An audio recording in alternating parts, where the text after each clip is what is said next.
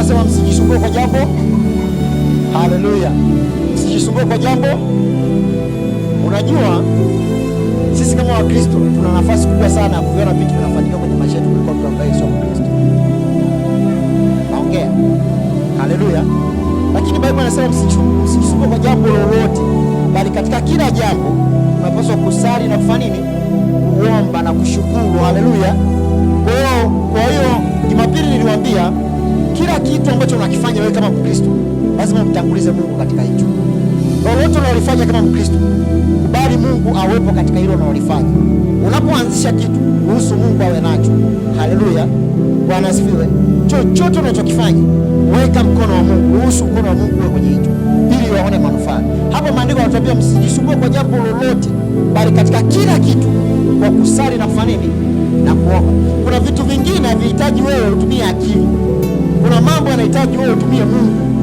Haleluya. Na hakuna jambo kwa Mkristo ambalo halimhitaji Mungu. Hata liwe dogo kwa namna gani, lote unalolifanya linamhitaji Mungu kwenye maisha yako.